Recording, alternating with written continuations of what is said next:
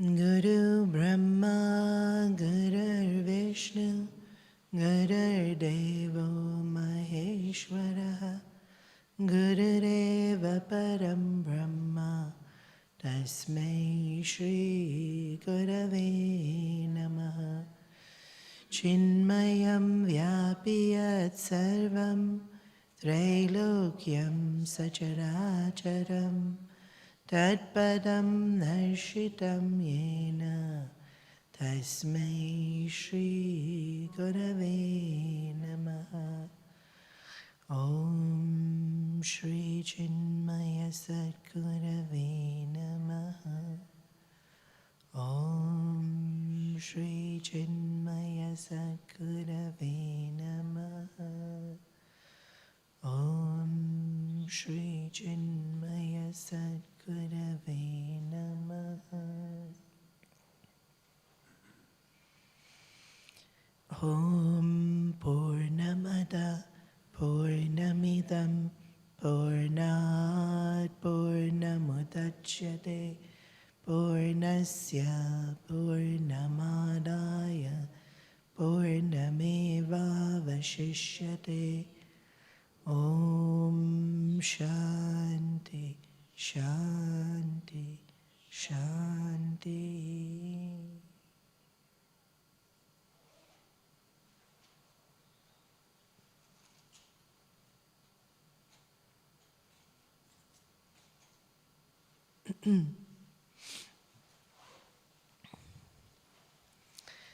Isavasya is one of the shortest Upanishads, and even more so because it's actually only these first 8 verses of the Upanishad that is considered to be Upanishad proper. And so we've seen 7 of the first 8, and today we'll see the 8th one, which is a Mahavakya. And the way Isavasya, or all Upanishads works, as I mentioned, is that we get the highest knowledge first, and then it simplifies. This, and so we already saw Mahavakya even in the Shanti mantra, and even in the first verse, where it's Isavasya Idagam Sarvam, pervading everything with that one divinity, seeing oneness already there in that very first verse itself. Then we saw Karma Yoga being introduced. We saw the importance of utilizing the time we have. And then we saw the indicators of the truth and the nature of the truth. And so it's almost like now winding back up, using the Mahavakya, but done in a very different way. So again, starting at the highest, where there's just oneness, and then filtering down to simplify it to all the words here used in this mantra, number 8, is an indicator. That highest truth being described in various words associated with either an individuality or the totality. So we'll have a look at it.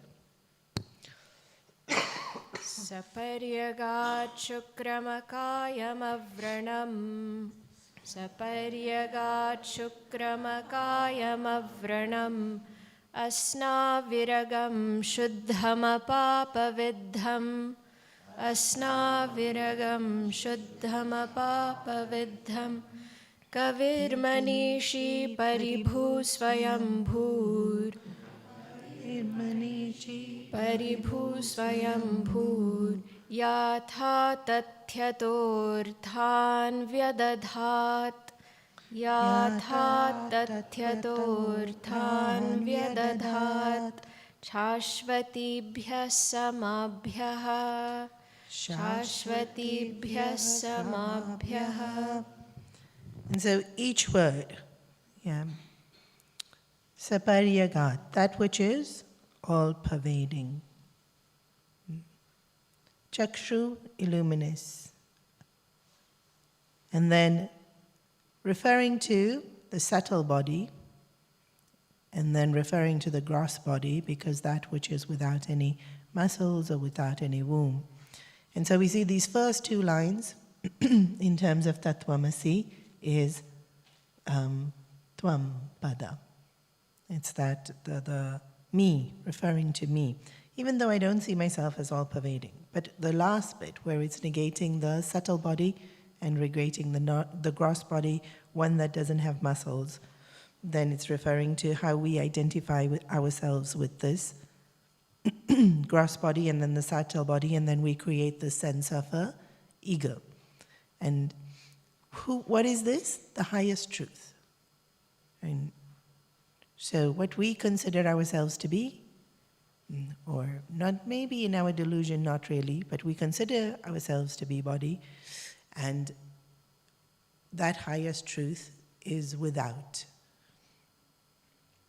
So looking at our individuality and negating in our individuality everything that is not the truth, leaving behind what is the truth, is the style of how Mahavakyas work. Negating what is not, and what remains is.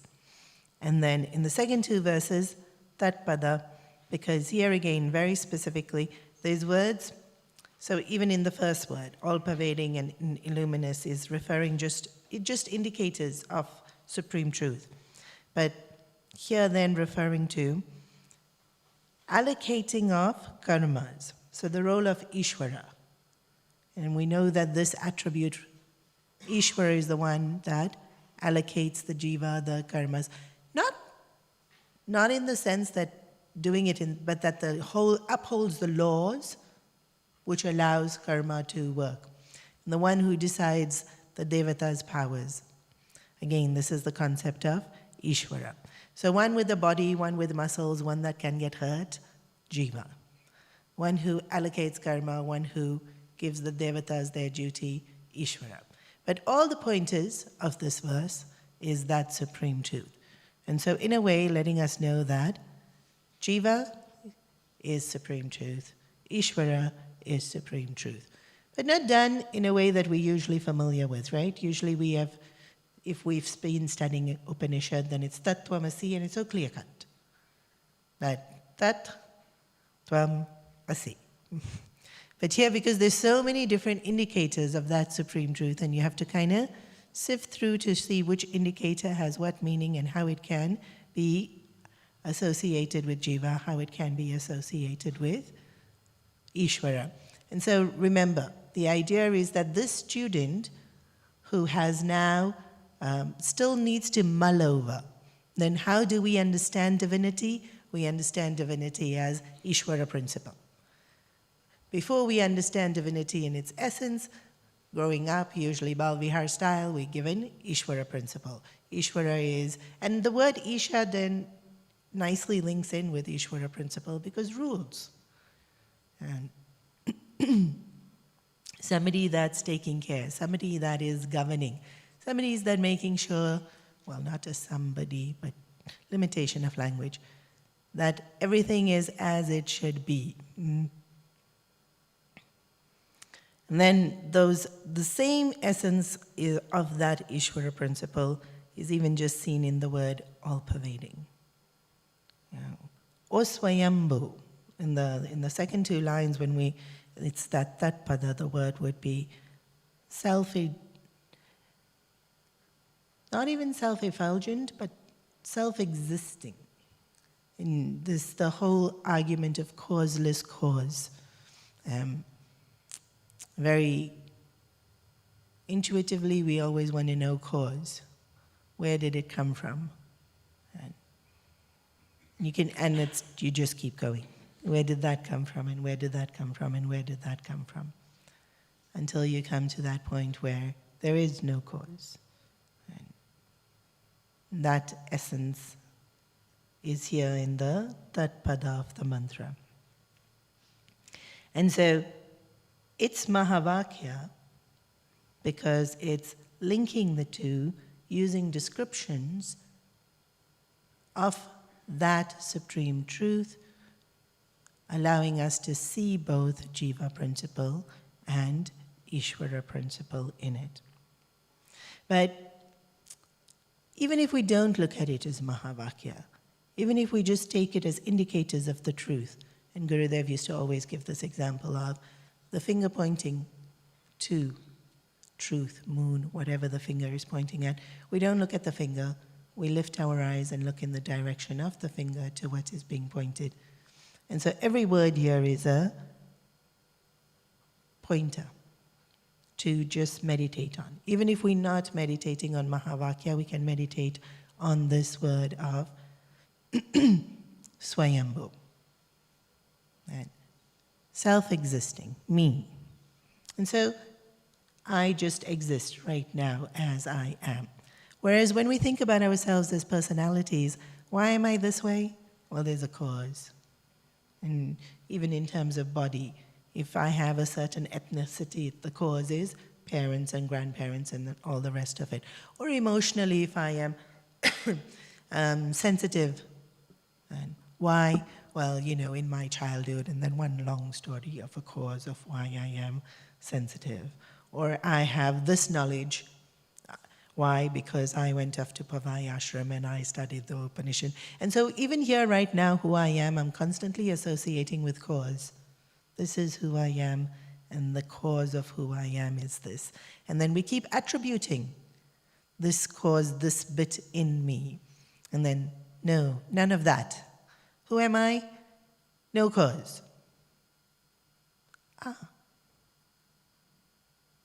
Then who am I? This is what these beautiful verses are for. We use these verses to help us ask words, the whole verse, to help us answer the question, who am I? When we ask ourselves the question, we have one whole long script. And then, but that's not who we are. So foolish that we don't even know who we are. We need Upanishad to tell us who we are. So who am I? Then Paryagach, all-pervading. How am I all-pervading? And you can spend so much time contemplating on that. Just how? How am I all-pervading? Because every bit of me that's not pervading, which is a lot, is not me. Yeah. And so the verses given to us by the Upanishads are really to ponder that the whole concept of why Mananam is such an intricate and important part of the journey in Jnana Marg. We listen, but then Mananam is that playing with that idea, turning it around in our mind until it makes perfect sense. And when it makes sense, and we can hold it, it's Nididhyasan. Yeah. But Mananam and Nididhyasan is continuous, right? Playing with it, making sense of it, and there'll be moments of clarity, moments of just stillness, of wonder, and those bits are already Nididhyasan. There's no very fine, distinct line between Mananam and Nididhyasan. And that's why Mananam is so encouraged. We take what is written and then just keep those thoughts to make more sense of them within our thinking. Now the Upanishad continues, and as I said, the first 8 verses are the primary bulk of the Upanishad. In these next few verses, different commentators and teachers and rishis have expressed and taught it in very different ways. So some will say, so I had mentioned that Isavasya is in the mantra section of the Vedas, which is the how-to, the spiritual practices bit, the upasana bit of the Vedas. And so these next verses, a lot of people say, aren't Upanishad, but go back to explaining upasanas. In fact, even Shankaracharya's interpretation of the next few verses is that. And then when we have great masters telling us slightly different interpretation of the verses, here there's no sense of which one is more right and very, very, very in the sense of us understanding that why do we pick up the Upanishad in the first place? Remember, it's not an academic pursuit. It's for my own moksha. So when I interpret the verses, isn't it helping me to grow spiritually? Then that interpretation is great. But also, very importantly, I can't just interpret it any which way I want to. Is it in line with the rest of what scriptures are saying? That's another very important criteria. And here we see that Puja Gurudev's parampara and how this Guru-Shishya relationship is so crucial. When we, so Gurudev belongs to Shivanandaji's lineage, which is the Adi Shankaracharya lineage. And so we'll see that we always defer back to Shankaracharya's commentaries on the Upanishads and the Gita. And Gurudev was quite true to that. But Gurudev studied with Tapobanji Maharaj. And then here you see how his take on Upanishad, Isavasya differs from Shankaracharya's commentary. And it's Tapobanji Maharaj's explanation that he has followed. And there's a book, Forever Yours, where you even see a snippet of his notes on the margins of Isavasya Upanishad of what Tapobanji Maharaj has said. And so beautifully here we really do see that Guru Shishya Parampara making such a humongous impact in molding our thinking. And again, not that one is right and one is wrong. It's what is useful to us in terms of spiritual journey. And so whereas some teachers say that we go back to the Upasana section of the Vedas and the Upanishad, but it was already wound up in this last verse, Gurudev takes the standpoint of, no, it's one book. Well, there weren't books at that time. It's one composition, Isavasya, and so the tying back of the mantras has to be to the same theme that we have seen in these first 8 mantras. Yeah. Whether we take them in the same theme and continue in that line of thought, or whether we just go to a practice that we can do, really is up to that master. Yeah. What they want to, how they want to, and then as Shishyas, we trust. But beautifully here, nothing's contradictory in terms of what's being told by the different masters. Okay, so the next 3 verses can be taken together. So we'll read the verse, we'll see the translation, and then read the next one. Andham tamah pravishanti, andham tamah pravishanti, ye vidyam upasate, tato bhuya ivati tamo, ya uvidyayagam rataha.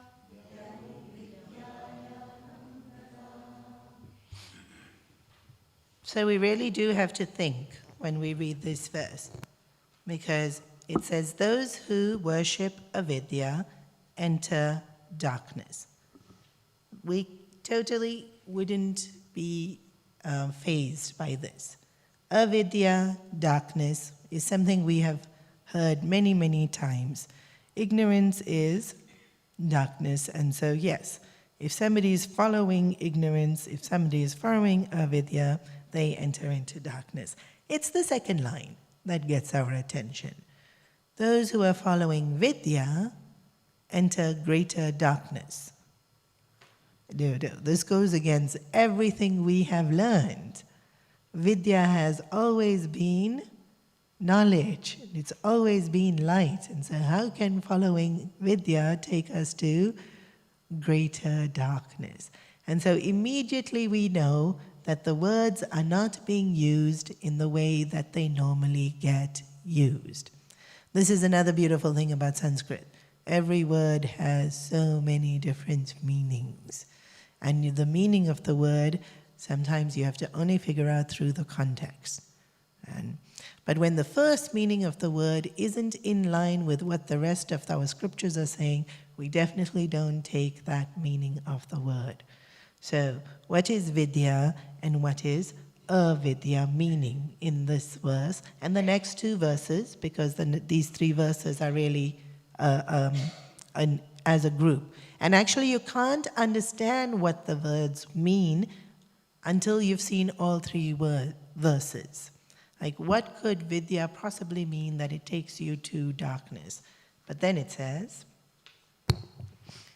Anyadevahurvidyaya Anyadevahurvidyaya Anyadahuravidyaya Anyadahuravidyaya Iti shushrumadhiranam Iti shushrumadhiranam Yenastadvichachakshire.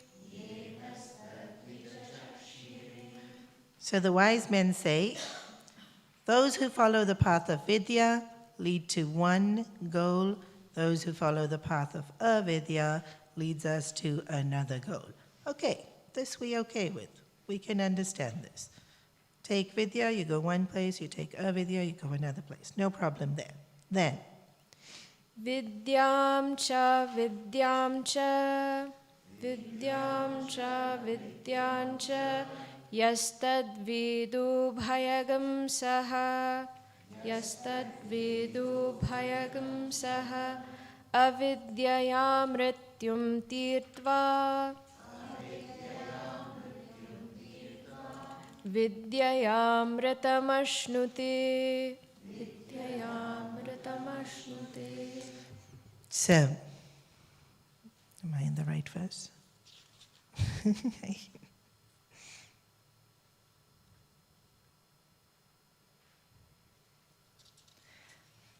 Those who follow avidya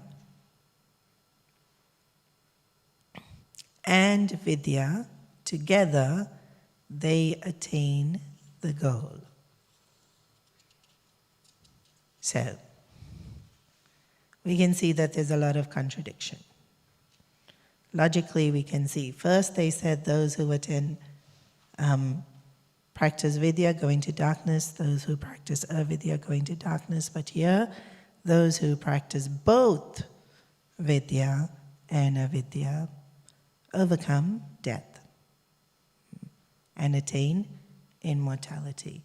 But very specifically, avidya helps you overcome death, vidya helps you attain immortality. So whatever the meaning of vidya and avidya is, they cannot be contradictory. Usually the words vidya and then avidya is the opposite of. But as per this last verse, you're using them both together. So whatever the meanings are, they cannot negate each other. So this is where the commentators differ on what vidya means and what avidya means. And time's not going to be able to permit us to go into the various interpretations of what they mean. So we're going to stick to Puja Gurudev's interpretation of it, which came from Taponji Maharaj, which differs from Shankaracharya in this, only for these 6 verses. Even the next 6 verses, Gurudev's is slightly different. So here, Gurudev says vidya is what it is, as normal, following knowledge. Vidya equals knowledge. And avidya here equals karma yoga. And the reason is because it's one script and we are staying in the logic of that script. And so the first verse was the path of jnana, which is vidya. The second verse is the path of karma, which is avidya. And so it's vidya, avidya.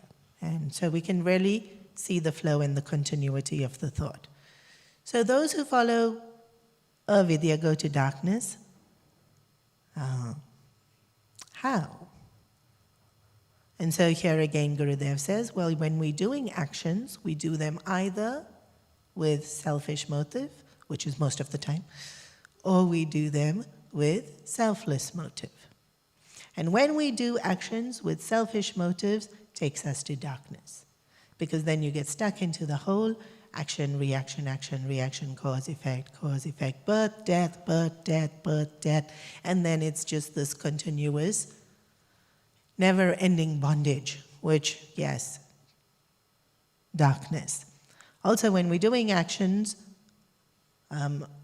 avidya, without understanding the purpose and the need for how to be able to free ourselves from the action, darkness. Because then we're not choosing very good actions for ourselves because we're not doing it with understanding. So that bit's clear. Right? Avidya leads us to darkness. We never had a problem with that. If avidya means actions, and actions done without knowledge leads us to darkness, we don't have a problem with that also. And then vidya leads us to darkness. So here again. Vidya is the first verse, the path of jnana. Right? How can the path of jnana lead us to darkness? Unfortunately, when we're not ready for it. So, like we've been mentioning every single class, we need to build up. We need to train ourselves to be able to hold a thought. We have to train ourselves to have vairagya. We have to train ourselves to be able to see ourselves as sat. Yeah. And when that training's not yet done, and we renounce, tena tyaktena punjita, but then there's no enjoying. We renounce it, not yet ready to renounce it, and so we still want it. And it does happen. Sometimes we prematurely think we're ready and let go of all our support systems, and then it leads to greater darkness. Physical examples are always the easiest to understand. And so imagine if you have crutches or a walker because your leg is injured, and then you're doing physio and you're making it stronger and it is getting stronger, and then you think, great, I'm healed. And you leave the crutches and you leave the walker and you leave all the creams that help you to supposed to get better, and you're not yet better. It just gets worse. Now you're in so much more pain because you gave up all the support too quickly. You weren't quite there yet to be able to stand alone. You needed the support. And so too in our thinking. We need the support. We need the support of karma. We need the support of seva. We need the support of bhakti. Until the mind is strong enough, then we let it go. So when it says vidya leads to greater darkness, of course not. Vidya is knowledge and it will lead to illumination, but if we hold on to it before we're ready to hold on to it, then it leads us to darkness. Yeah. So here the verse is basically telling us whichever path you choose, if you don't do it properly, if you don't do it as the way it's intended to do it, it leads to darkness. And that we can totally be comfortable with that logic. Because there is a path of karma and it has to be done in a certain way. When you deviate, it will not have the desired results. There is a path of renunciation, and if you don't do it in the way it's meant to be do it, it has negative consequences. So that, fine. Now the first verse is clear. Vidya leads to one result, avidya leads to another result. This we never had a problem with. Yeah, we know each action has its own consequences. In the path of karma yoga, ideally it leads to purification of the mind, but we do know that even doing good karmas will lead to punya, which will then take us to heaven. Yeah. And in fact, so much part of the Karma Kanda section of the Upanishad is just that, wanting to get to heaven, doing the right action so that we get to heaven. Whereas the path of renunciation meant to take us out of the cycle of even heaven and hell and liberate us. So the second verse also we have no problem with. One takes us in one direction, the other takes us in another direction. Although here now we see both vidya and avidya helps us to attain the desired goal. And so that's why here when Gurudev had said that avidya is karma yoga, it's a stepping stone. Karma yoga is a stepping stone to jnana yoga. When the mind is not yet ready to renounce, we do karma yoga. Stay in the world, act, keep acting. And that's why so much emphasis given in those first two verses. If we don't stay in the world, if you don't keep acting, this life is as good as wasted. And never at any point give up acting. This was the call of the earlier verses. And so here too, in that spirit when it is said, when we practice both is karma yoga and jnana yoga. Only then will we reach the goal that we really want to. We can't give up either. We have to do the karma yoga. While doing the karma yoga, we make our mind stronger, and then we able to follow the path of knowledge. And so here very specifically, karma yoga helps us overcome death. But it's knowledge that's giving us immortality. Sometimes this is all just semantics. This bit here and this bit here and this bit. But the idea is karma yoga helps us to overcome that sense of me and mine that we were talking about yesterday, which is moha. Because in karma yoga, the whole essence is to give up the action, stop doing the action for me. The me becomes less. Why do I do this action? Because the action has to be done. Whereas why do we do the action? Because I want to do the action. And by doing this action, I will be more powerful. I will be more happy. I will be more noticed. I will be more praised. And so me, all the actions that we are doing. But the spirit of karma yoga is just do the action. Did somebody notice? No, nobody noticed. Very good. Excellent karma yoga. But then they didn't get to praise me. Very, very good. So the me then starts to shrink, stops mattering. Even if somebody then later on, did you do that? It's not even a yeah, of course it was me. Didn't I do a great job? There's no even claiming to it. There's no even that strength of the desire to claim that action disperses, dissipates, loosens. And that's what's freeing. To do the action without wanting to get all the attention for the action is so freeing. Otherwise we're busy, did they notice? Did they notice? Did they notice? It's tiring. And then causes so much upset. And then as the mind is purified, vidya, meaning what we normally mean it to mean, this knowledge, that Isavasya idagam sarvam, or that swayambhu, this knowledge of who we are in essence, gives us amritatva.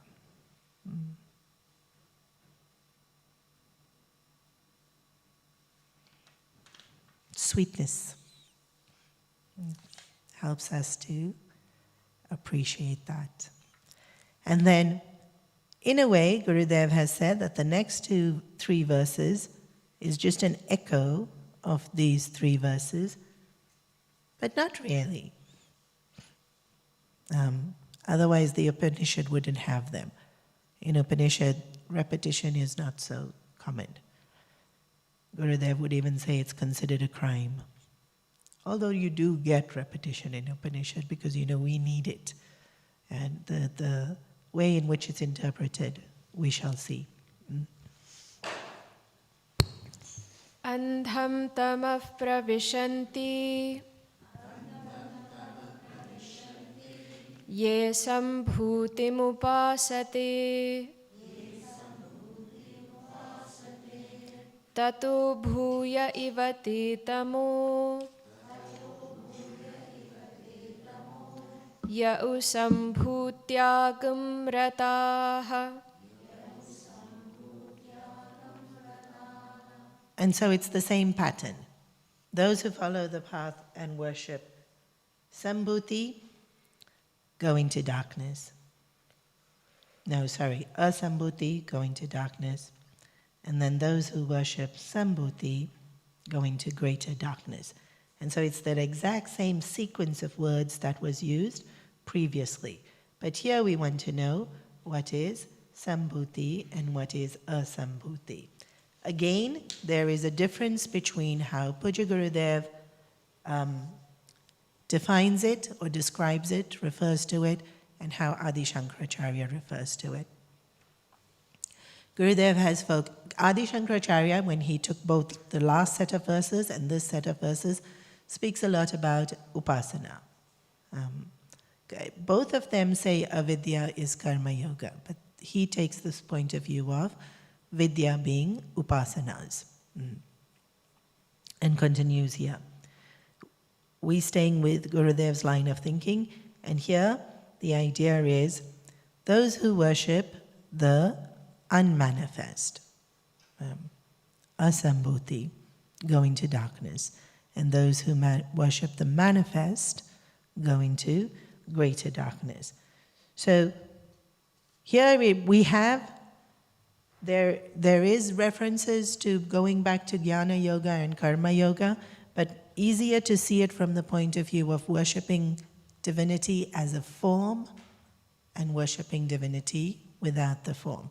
And if you see in Gurudev's commentary, even the word prakriti and form and formless is given in brackets next to the verse to help us to be able to understand these set of verses.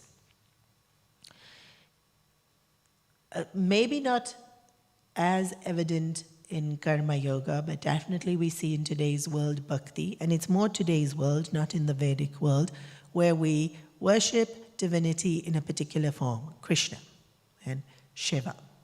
In the Vedic period, these forms weren't worshipped. This is a more recent, after Bhagavad Gita, after Krishna leaving. Recent means 3,000, 4,000 years. But if you think of creation being timeless, 3,000 years is recent.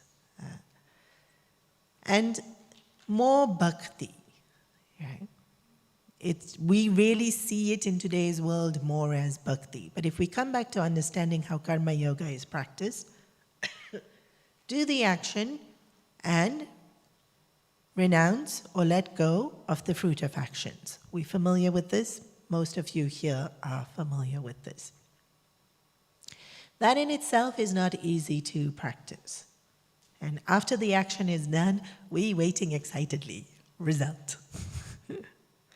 And so we introduce this element of bhakti. Having done the action, offer the action to the feet of the divine. So you do the action and then Krishna Arpanam, Ishvara Arpanam, Guru Arpanam.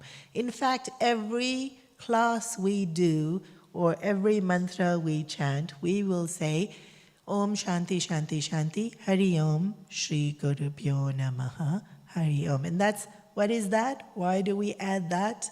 Not all organizations add that little bit at the end of the mantra. Gurudev added it every single time. Meaning, this chanting, this satsang, this exchange, I give to my Guru. So I do the satsang.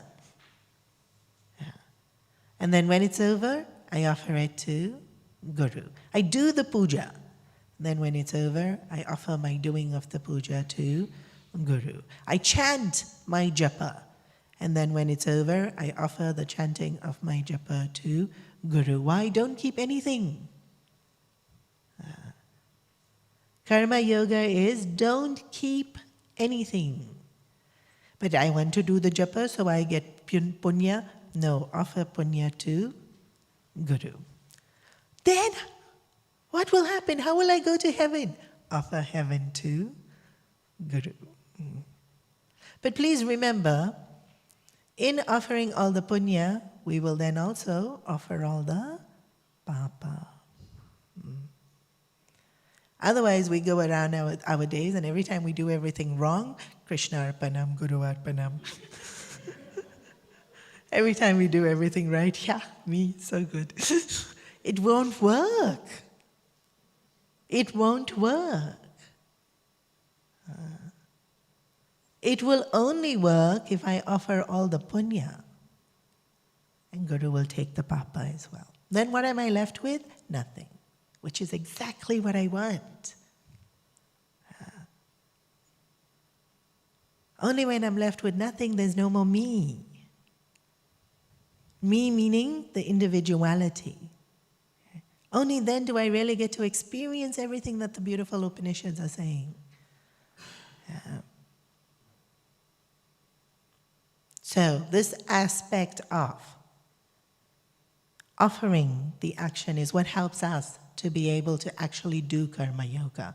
Otherwise, even karma yoga it sounds clinical. Do your best, leave the rest, but why? Why am I leaving it after doing the best? I want it. But I love Bhagavan so much and I give it to him, yes, okay. And that little bit aspect of bhakti is needed. So, those who practice worshipping Bhagavan or divinity without a form go into darkness. That's what this verse is saying. Those who worship Bhagavan with a form go into greater darkness. Remember in the last set of verses also, we saw that, what did this mantra mean? When done without correct understanding, it will lead us to darkness. So worshipping divinity without a form is exactly what we saw in the last verse. Renouncing before we're ready to renounce will lead to darkness. Here, renouncing form and thinking about formless, our mind may not be ready. And so we don't know what to think about. And in fact, many times when people say Advaita and want to think about formless, they create some kind of an abstract form. Because it's a mind that's the more attached we are to our form, the more the mind needs to hold on to form. And so we need to have so much vairagya to our own body before the mind has the strength to hold on to formless. And so those who follow meditating formless, not knowing how to do so, will go into darkness. Mind doesn't know what to think about. And so when the mind doesn't know what to do, it will start desiring, it will daydream, it will make up things, it will revel in ignorance. That is darkness. Those who worship form, prakriti, go into greater darkness. Remember here, it's when it's not done with the correct spirit. And we do see this. Those who worship a form and then become fanatical about it. And we can give so many examples. But we don't need to look outside of our religion to have examples. So within India, there's people who are so fanatic about Shaivites and Vaishnavites. I have Balvihar Sevikas who train and help me teach the Balvihar classes. And I remember once I created, so there's usually Ramayan, Krishna stories, and then we go into different syllabus. So I remember one year, we needed an extra syllabus, and so I created this whole lesson plans on Lord Shiva. And one of my sevikas said, oh, I don't know if I can take this. Maybe I shouldn't teach this here. Why? What happened? My in-laws won't allow me to chant Shiva mantras or have a Shiva picture in the house. We are Vaishnavites. This was my first encounter with such extreme fanaticism within Hinduism. I didn't know what to say for like a whole 3 minutes. This was me, just like, are you serious? And then when she saw my face, she was like, no, no, no. They're very, very orthodox. In India, they won't walk on a street that has a Shiva temple. At this point, I couldn't speak for another 3 minutes. We've totally lost the essence of oneness here. Entire Upanishad is about seeing oneness. And then we get stuck on, I won't walk on a street that has a Shiva temple. It's darkness.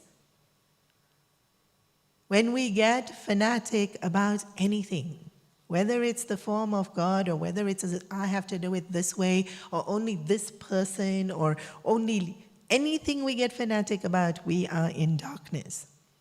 And that's a nice thing to take out of these mantras. And understand the spirit of it and do it. And the minute we get stuck on an idea and we don't want to be flexible about it, darkness. We are in darkness. And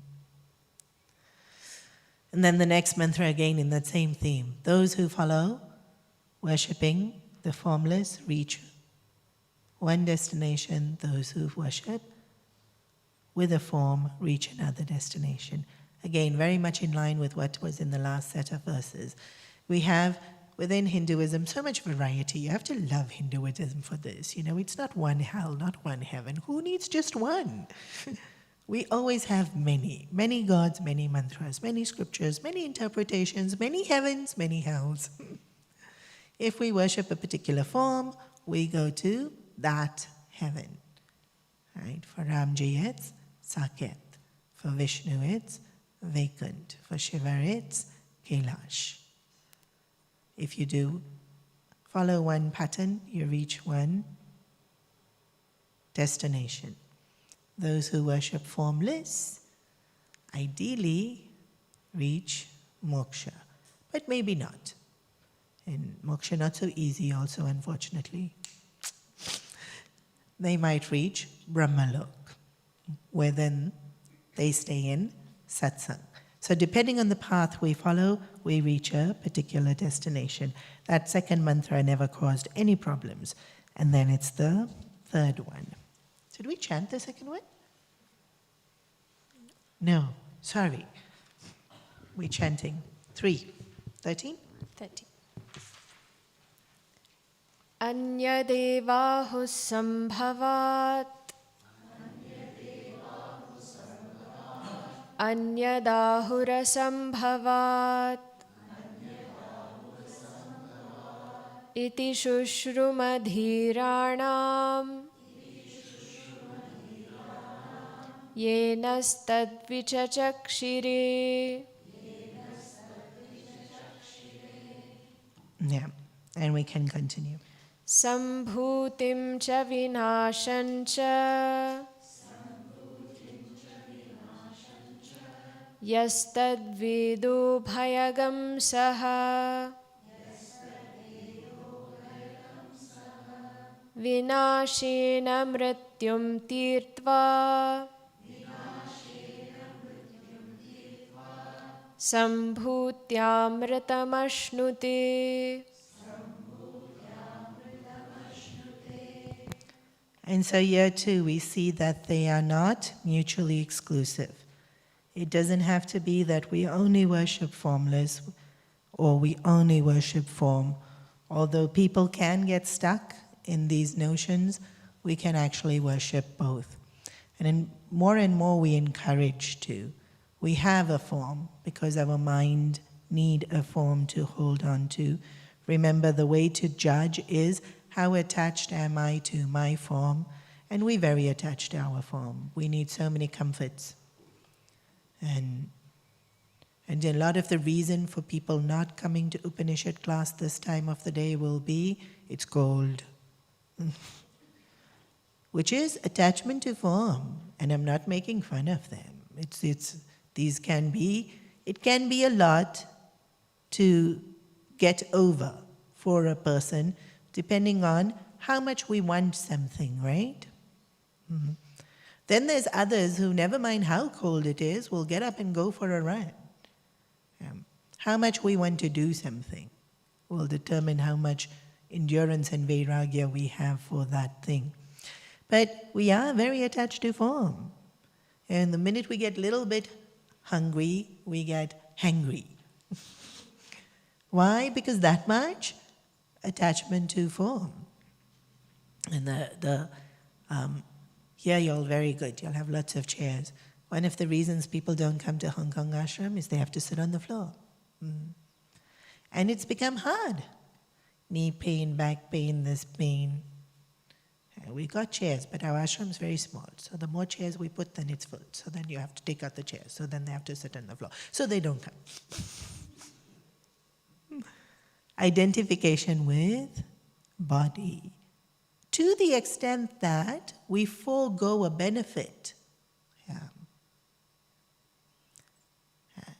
Not to make light of how much we are attached to our form, and not to criticize it, but to understand that therefore we need to hold on to form.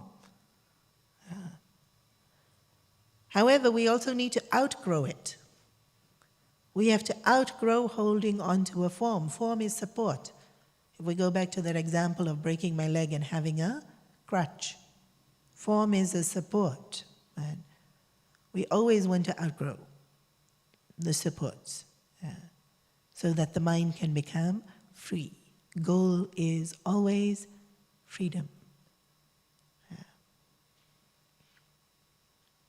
Anything that we use to support becomes a dependency, takes away our freedom.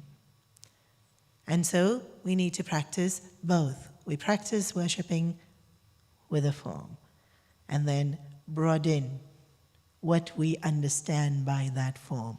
So Krishna is no longer this murti. Krishna is spirit of goodness. And then from spirit of goodness, Krishna is existence. Maybe I jumped a few steps.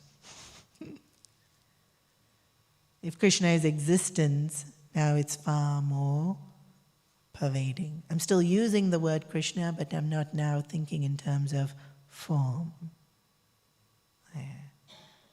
Or even if I do it in the sense of Krishna, divinity, and then Krishna loves me, which is very good. But then loves you. Like yesterday, see you, you are divine. See you, Krishna loves you. So now Krishna is not just in my altar. He starts to pervade my day in everyone I meet because he loves you. I'm thinking, why? No, but he loves you, so then there must be something. And so I look for lovable things in you, which then makes Krishna far more pervading. Because now Krishna is lovable things in you.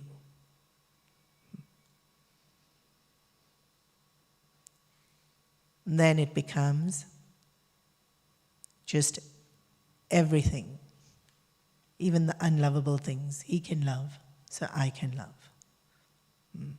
And so slowly, the form becomes less restrictive. We might not get to totally formless, but we make the form less finite, less restrictive. We start to see it in a more abstract way.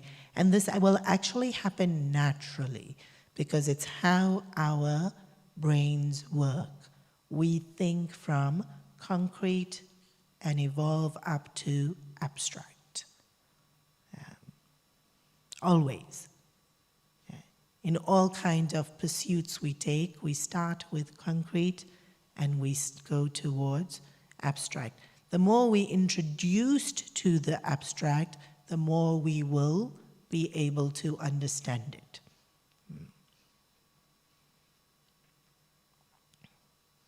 And so we start where we are with a form. And the upasate, the worshipping of it, is the important word here.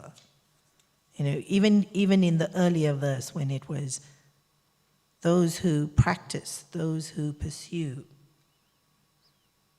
vidya, those who pursue avidya, the actual doing of it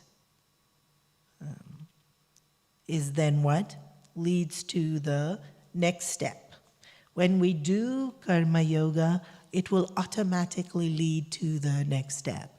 When we do upasanas, mantras, japas, pujas, it will automatically lead to the next step. When we do mananam, it will automatically lead to the next step. And so, the Vedic culture didn't have beginner's course, intermediate course, advanced course. All students just came and sat in front of Guru. And Guru spoke, and the students took.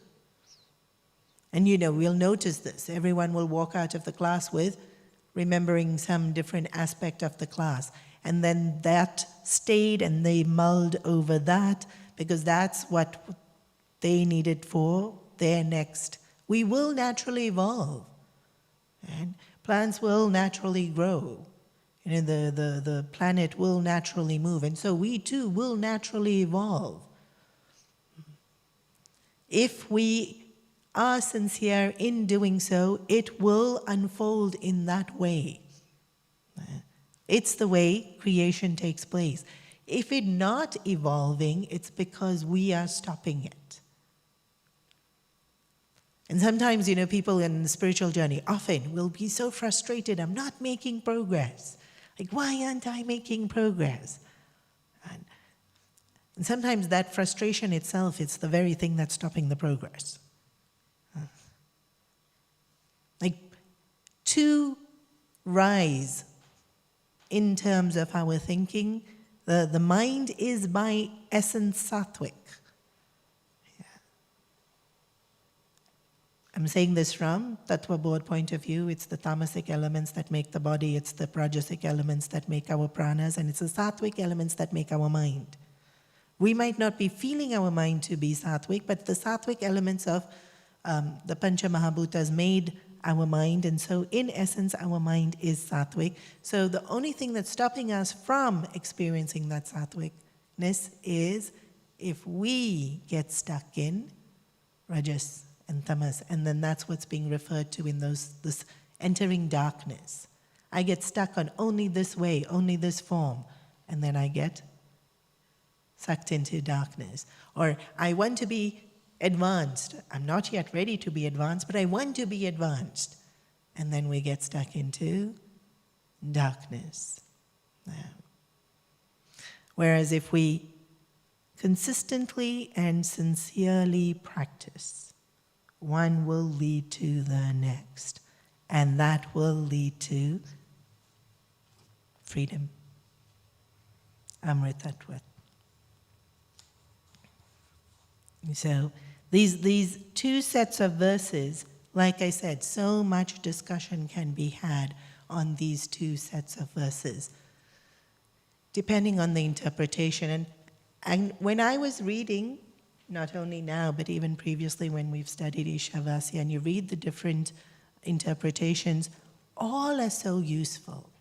Because every great master that is studying Upanishad wants to be able to attain that ultimate goal of moksha. And so in whichever way they've interpreted it, you come to the bit where, how is this helping me get to amritattva? However I want to define vidya, how is vidya getting me to amritattva? What is avidya? How is that getting me to amritattva?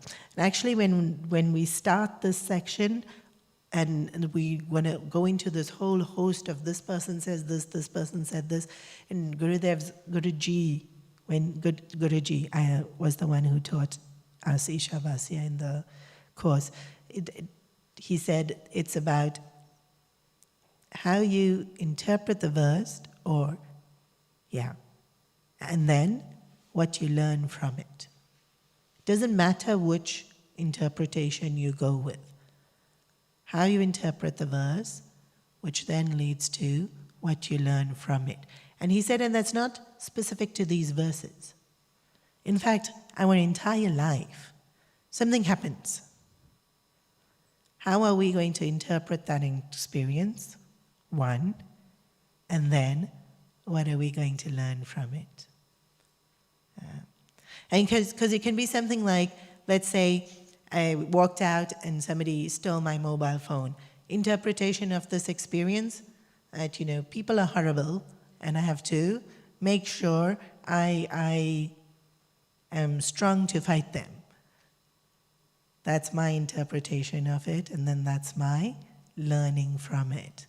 Or I can walk out and somebody stole my mobile phone, and my interpretation is, oh, I need to be more careful. Mm-hmm.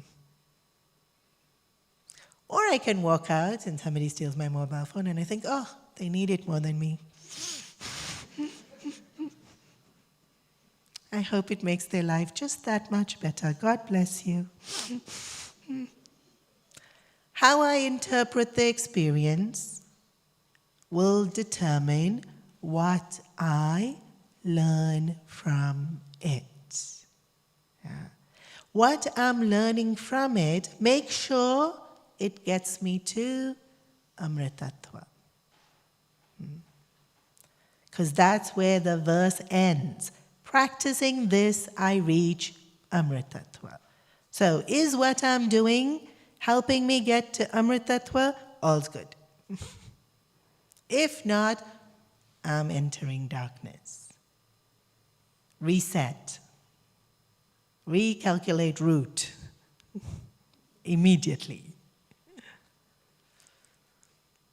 So, I've only hinted at the depths of these verses, but we've taken the essence of what Gurudev said in the time that we have. So tomorrow we'll conclude with a few more beautiful verses that are quite poetic. We'll pause here for today. Om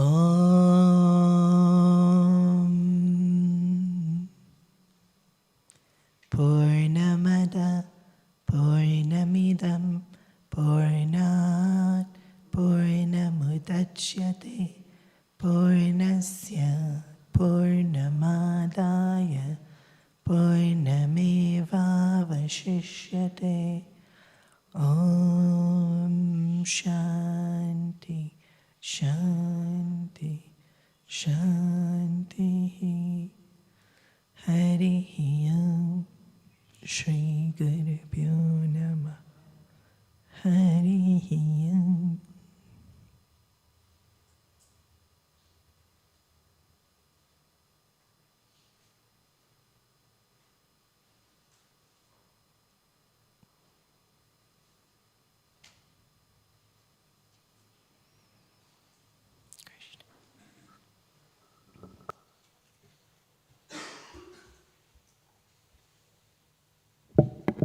Hari Om, everybody. Thank you, Swaminiji, again for a beautiful lecture this morning. We'd like to thank our sponsors, Bhargavji and Harshaji, for sponsoring the event today as our Yajmans for today, and Selviji and family for the Prasad Pustikas, which you will find by the table outside.